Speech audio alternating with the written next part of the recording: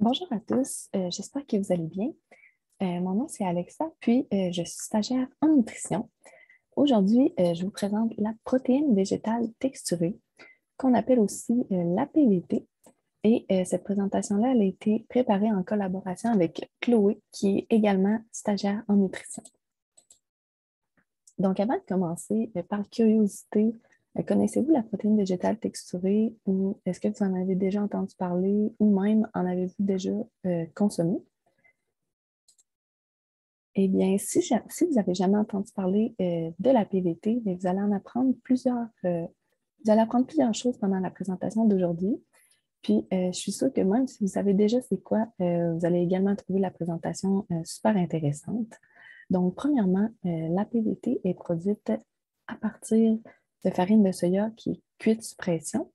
On va conserver les protéines, les fibres et plusieurs des nutriments de la fève de soya, mais on va lui extraire, dans le fond, environ 65 de ses matières grasses. Ensuite, elle est transformée là, sous différentes formes, que ce soit hachée en granules, en petits grains, en morceaux.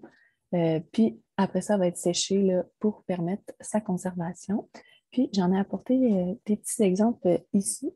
Si vous pouvez voir, ici, on a plus en gros morceaux, comme ça ressemble à ça. Puis, d'un autre côté, là, il y a les petits grains qui ressemblent à ceux-ci.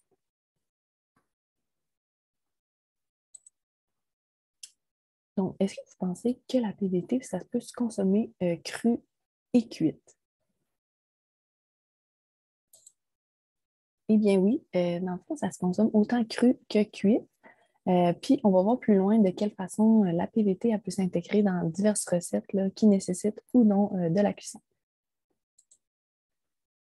La PVT, elle a vraiment un goût neutre, donc il faut l'assaisonner si on veut qu'elle ait un certain goût. Puis une fois réhydratée avec un liquide, sa texture elle ressemble beaucoup à celle du bœuf haché. Puis quand elle est sèche, c'est plutôt croquant. Vous pouvez ajouter la PVT là, telle quelle dans vos recettes ou sinon vous pouvez la réhydrater dans un liquide, que ce soit par exemple de l'eau bouillante, du bouillon, de la sauce tomate ou autre. Ça, c'est pendant environ 10 à 15 minutes. Puis, quand on la réhydrate, c'est un volume de PVT pour 2 à 3 volumes d'eau ou de bouillon. Puis, si jamais on réalise là, qu'on a trop mis de liquide, ben c'est pas grave du tout. On a juste à, dans le fond, égoutter, puis c'est tout. Puis, qu'est-ce qui est super intéressant, c'est que une fois réhydraté, ben, vous pouvez utiliser la même quantité de PVT que vous utiliseriez de viande, par exemple. Puis pour vous donner une comparaison, là, pour avoir une litre de PVT réhydraté, ça prend une tasse et trois quarts de PVT sèche. Qu'est-ce qu'on cuisine avec la PVT? Ben, elle est très versatile en fait. On peut l'intégrer dans une multitude de recettes, euh, comme vous pouvez le voir à l'écran, là, que ce soit remplacer la viande hachée dans votre sauce à spaghetti, les tacos, un pâté chinois ou même plusieurs autres. Puis aussi, elle est très utile là, sous sa forme sèche. Puis ça va amener beaucoup de croquants, là, par exemple, dans vos salades, dans vos yogourts, par exemple. Puis ici, on a la valeur nutritive pour 100 grammes de PVT sèche. Bon, en fait, 100 grammes de PVT sèche, c'est une très grosse quantité. Puis ça équivaut pas vraiment à une portion, c'est beaucoup plus qu'une portion. Surtout, en fait, si on la réhydrate. Mais c'est vraiment pour vous montrer ici que la PVT, c'est une excellente source de protéines végétales, en fait. Elle est faible en matière grasse, puis très riche là, en fibres et en fer. Puis, si on la compare ici à la viande, ben, les principales différences, c'est que la PVT qu'il y a de ce côté-ci contient des fibres, comme on peut voir, alors que la viande n'en contient pas.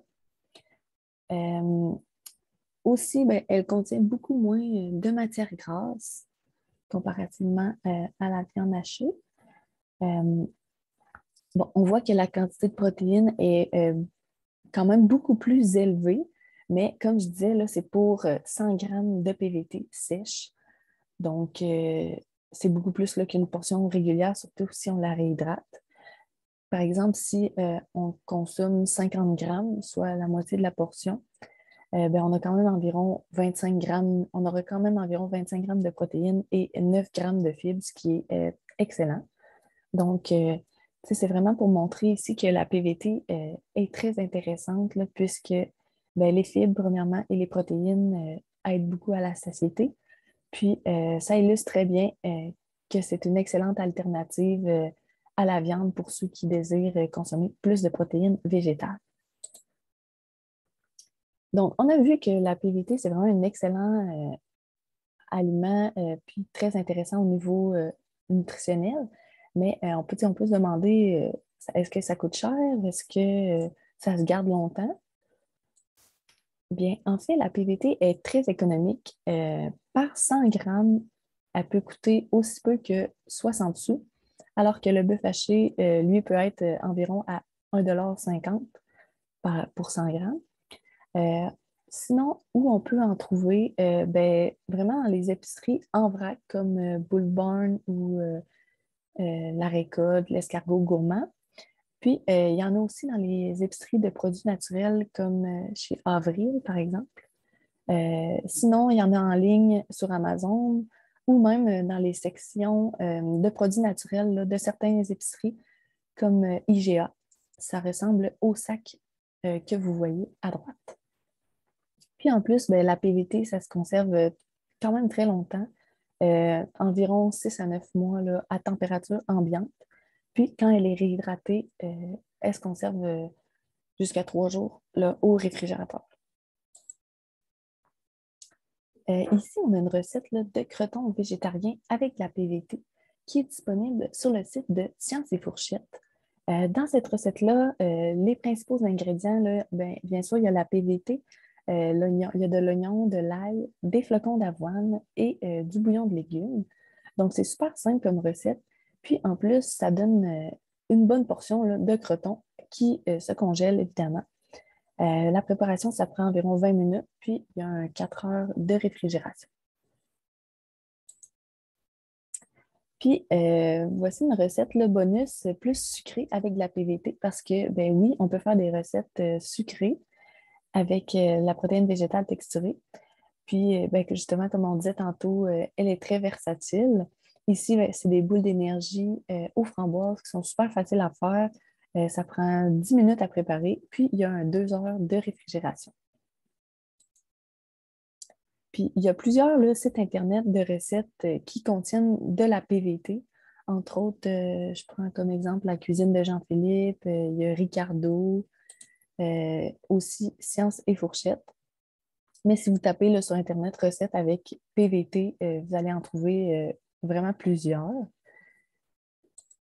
Donc voilà, c'était tout pour la présentation sur la PVT. Merci beaucoup pour votre écoute.